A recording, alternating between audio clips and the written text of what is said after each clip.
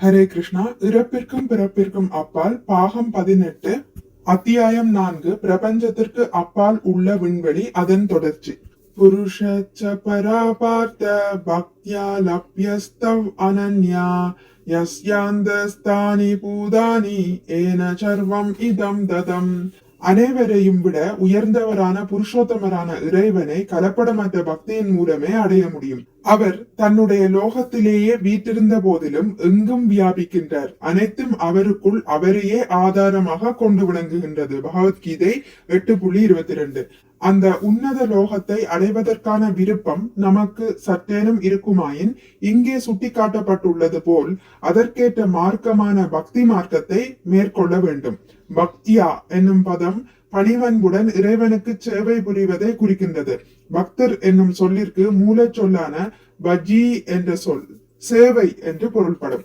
எல்லாவித ஜட உலக பற்றுதல்களில் இருந்தும் விடுபட்டு நிற்பதே பக்தி என நாரத பஞ்சராத்திர எனும் நூல் விவரிக்கின்றது.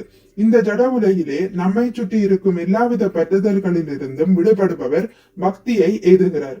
சரீரத்தினாலேயே தூய ஆத்மாவிடம் பற்றுதல்கள் தோன்றுகின்றன. ஆனால் இந்த சரீரம் குலைந்து இன்னொரு சரீரத்திற்கு ஆத்மா மாறும் போது இத்தகைய பற்றுதல்களும் மாறுகின்றன. நாம் இந்த ஜட சக்தியினால் ஆன சரீரங்கள் அல்ல, சுத்தமான ஆத்மாக்கள் என்பதை உணரும் பொழுது பக்தி தோன்றுகிறது. ஜட சரீரம் ஆத்மாவை மூடி நிற்கும் ஒரு வெறும் ஆடையே. இந்த சரீரம் நம்முடைய உண்மையான அடையாளம் அல்ல. கிருஷ்ணருக்கு தாசனாக சேவகனாக இருப்பதே நம்முடைய உண்மையான அடையாளம் ஆகும்.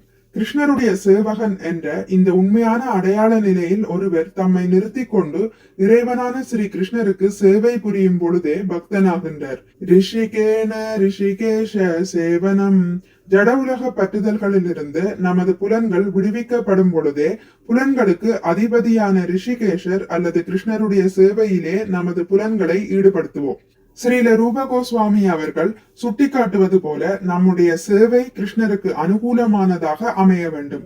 இவ்வுலகத்தில் பொதுவாக ஏதோ ஒரு லாபத்தை கருதியோ அல்லது ஏதாவது ஆசையை நிறைவேற்றிக் கொள்வதற்காகவோதான் நாம் இறைவனுக்கு சேவை புரிவதில் ஆவலாக இருக்கின்றோம். கடவுளிடம் ஒருபோதுமே செல்லாதவரை விட கடவுளிடம் குறைந்தபட்சம் இவ்வுலக ஆசைகளுக்காக செல்பவர் சந்தேகமின்றி சிறந்தவரே. ஆயினும் இறைவனுடைய சேவையில் ஈடுபடும் போது நாம் ஜட உலக லாப நோக்கத்தை தவிர்க்க வேண்டும். கிருஷ்ணரை புரிந்து கொள்வதே நமது நோக்கமாக இருக்க வேண்டும். கிருஷ்ணர் அளவற்றவர், மேலும் அவரை முழுவதும் புரிந்து கொள்வது இயலாத காரியம் என்பது உண்மையே. ஆயினும் நம்மால் புரிந்து கொள்ள முடிந்ததை நாம் ஏற்றுக்கொள்ள வேண்டும். இவ்வாறு இறைவனை புரிந்து கொள்வதற்காகவே பகவத்கீதை குறிப்பாக நமக்கு தரப்பட்டிருக்கின்றது. இவ்வாறு சரியான முறையில் அறிவை பெற்று அவருக்கு விருப்பமான சேவையை செய்தால் நமது காரியங்களுக்கு ஏற்ப கிருஷ்ணர் திருப்தி அடைவார் என்பதை நாம் அறிய வேண்டும். கிருஷ்ண உணர்வு நிலை என்பது ஒரு மிக உயரிய அறிவியலாகும். இதை விளக்குவதற்காக ஏராளமான நூல்கள் இயக்கப்பட்டிருக்கின்றன. அந்த பக்தி நிலையை அடைவதற்கு நாம் இந்நூல்கள் அனைத்தையும் பயன்படுத்திக் கொள்ள வேண்டும். ஆன்மீக விண்வெளியில் புருஷோத்தமரான பகவான் ஸ்ரீ கிருஷ்ணர் தலைமை புருஷராக வீற்றிருக்கின்றார். அந்த ஆன்மீக விண்வெளியில் எண்ணற்ற சுயமாக பிரகாசிக்கும் உலகங்கள் உள்ளன. அவற்றின் ஒவ்வொன்றிலும் கிருஷ்ணருடைய சுய அம்சங்கள் என கருதப்படும் அவதார புருஷர் ஒருவர் வாசம் புரிகின்றார். இவர்கள் அனைவரும் 4 கரங்களையும் எண்ணற்ற பெயர்களையும் கொண்டிருக்கின்றனர். இவர்கள் அனைவரும் உருவங்களுடன் உள்ளனர், அருவங்கள் அல்ல. இந்த புருஷ அவதாரங்கள் அனைவரையும் நாம் பக்தியின் மூலமே அணுக முடியும். சவால் விடுவதன் மூலமாகவோ, தத்துவ ஊகிப்புகளின் மூலமாகவோ, மனக்கற்பனைகளின் மூலமாகவோ அல்லது உடற்பயிற்சிகளின் மூலமாகவோ இறைவனை நாம் அணுக முடியாது. ஜட உலக ஆசைகள் மீது திசை திரும்பாத பக்தியின் மூலமாகவே இறைவனை அணுக முடியும்.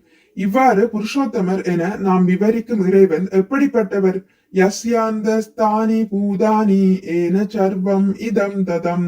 உயிர் வாழும் ஜீவாத்மாக்கள் மற்றும் அசையா பொருட்கள் அனைத்தும் அவருக்குள்ளேயே வீற்றிருக்கின்றன. இருந்த போதிலும் அவரோ சிருஷ்டிக்கு அப்பாற்பட்டு சிருஷ்டிகள் அனைத்திலும் வியாபிப்பவராகவும் இருக்கின்றார். இது எவ்வாறு? சூரியன் ஓரிடத்தில் இருந்த போதிலும் பிரபஞ்சம் முழுவதும் தன்னுடைய கதிர்களின் மூலம் வியாபித்திருப்பதை போல் இறைவனும் விளங்குகின்றார். இறைவன் தன்னுடைய தாம பரமம் என விவரிக்கப்படும் லோகத்தில் இருந்த போதிலும் அவருடைய சக்திகள் எல்லா இடங்களிலும் விநியோகமாகி உள்ளன. சூரியனுக்கும் சூரியனுடைய வெளிச்சத்திற்கும் எவ்வாறு எந்தவித வித்தியாசமும் இல்லையோ அதே மாதிரியாக இறைவனுக்கும் இறைவனுடைய சக்திகளுக்கும் எந்தவித வேற்றுமையும் இல்லை. நாம் பக்தி மார்க்கத்தில் தீவிரமாக முன்னேறும் பொழுது கிருஷ்ணரை எல்லா இடங்களிலும் காணலாம். ஹரே கிருஷ்ணா. இத்துடன் முடித்துக் கொள்கிறேன். இனி அடுத்த பதிவில் இதன் தொடர்ச்சி தொடரும். மிக்க நன்றி. ஹரே கிருஷ்ணா.